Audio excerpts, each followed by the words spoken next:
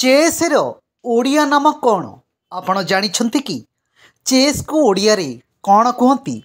ଶୁଣିଲେ କହିବେ ସତରେ ଅଜବ ନାମ। ଚେସ୍କୁ ଓଡ଼ିଆରେ କ'ଣ କୁହନ୍ତି? ଭାରତରେ ଯେଉଁ କେତୋଟି ଖେଳର ବେଶ୍ ଆଦୃତ ରହିଛି ସେଥିମଧ୍ୟରୁ ଚେସ୍ ହେଉଛି ଗୋଟିଏ। ଛୋଟ ହୁଅନ୍ତୁ କି ବଡ଼, ସବୁ ବୟସର ଲୋକ ଚେସ୍ ଖେଳିବାକୁ ଭଲ ପାଆନ୍ତି। ବିଶ୍ୱ ଚେସ୍ରେ ବି ଖେଳ ହୁଏ। ସିଙ୍ଗାପୁରରେ ଆୟୋଜିତ ବିଶ୍ୱ ଚେସ୍ ଚାମ୍ପିଅନସିପ୍ 2024ରେ ଭାରତୀୟ ଗ୍ରାଣ୍ଡମାଷ୍ଟର ଡି ମୁକେଶ ଚିନର ଷ୍ଟାର ଚେସ୍ ଖେଳାଳି ଡିଙ୍ଗ୍ ଲିରେନ୍ଙ୍କୁ 7.5 6.5ରେ ମାତ୍ ଦେଇଥିଲେ।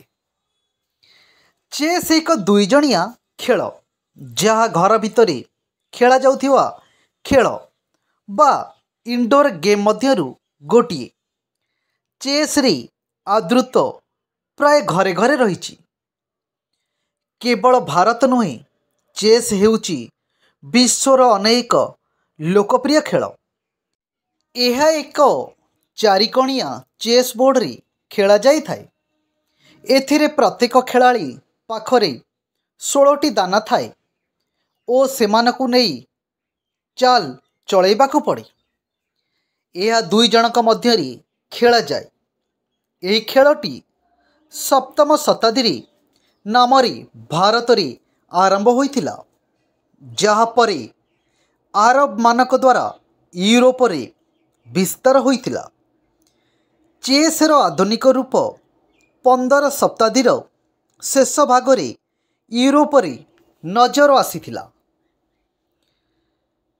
ଚେସ୍ ହେଉଛି ଏକ ରଣନୀତି ଖେଳ ଯେଉଁଥିରେ କୌଣସି ଲୁକ୍କାୟିତ ସୂଚନା ନାହିଁ ଓ ଡାଏସ୍ କିମ୍ବା କାର୍ଡ଼ର କୌଣସି ବ୍ୟବହାର ହୁଏ ନାହିଁ। ଏହା 8x8 ଗ୍ରିଡ଼ରେ 64 ସମାନ ବର୍ଗକୁ ବୋର୍ଡ଼ ଉପରେ ଖେଳାଯାଏ। ପ୍ରତ୍ୟେକ ଖେଳାଳି 16 ଖଣ୍ଡ ପିସ୍କୁ ନିୟନ୍ତ୍ରଣ କରନ୍ତି। 1 king, 1 queen, 2 ରୁକ୍ସ, 2 ବିଶପ୍ସ, 2 nights and 8 Pond's. ଧଳା ପ୍ରଥମେ ଗତି କରି ତାପରେ କଳା। ବର୍ତ୍ତମାନ ଚେସ୍ ଭାବରେ ଜାଣୁ ପୂର୍ବରୁ ଏହି ଖେଳ ଶତରଞ୍ଜ ନାମରେ ଜଣାଶୁଣା ଥିଲା। ତଥାପି ଏହାର ନାମ ସମୟ ସହିତ ବଦଳିବାକୁ ଲାଗିଲା। ୟୁରୋପୀୟ ଦେଶ ଦ୍ୱାରା ଏହାର ନାମ ଚେସ୍ ରଖାଗଲା।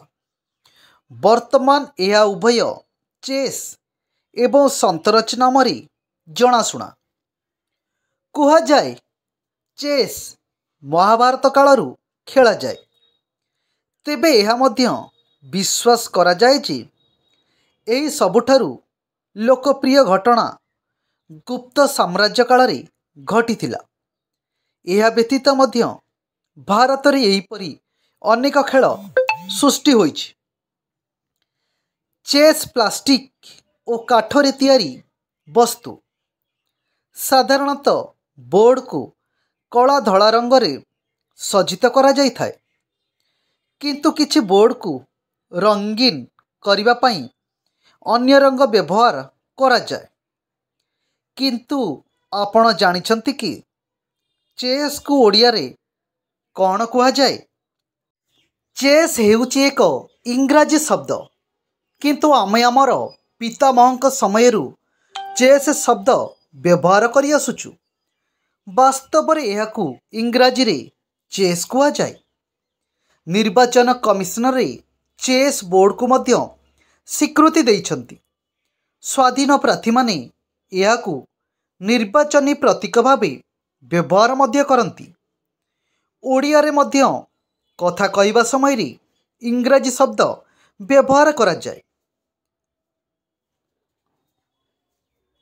କିନ୍ତୁ ଆପଣ ଜାଣିଛନ୍ତି କି ଚେସ୍ ଶବ୍ଦର ପ୍ରକୃତ ଅର୍ଥ କ'ଣ?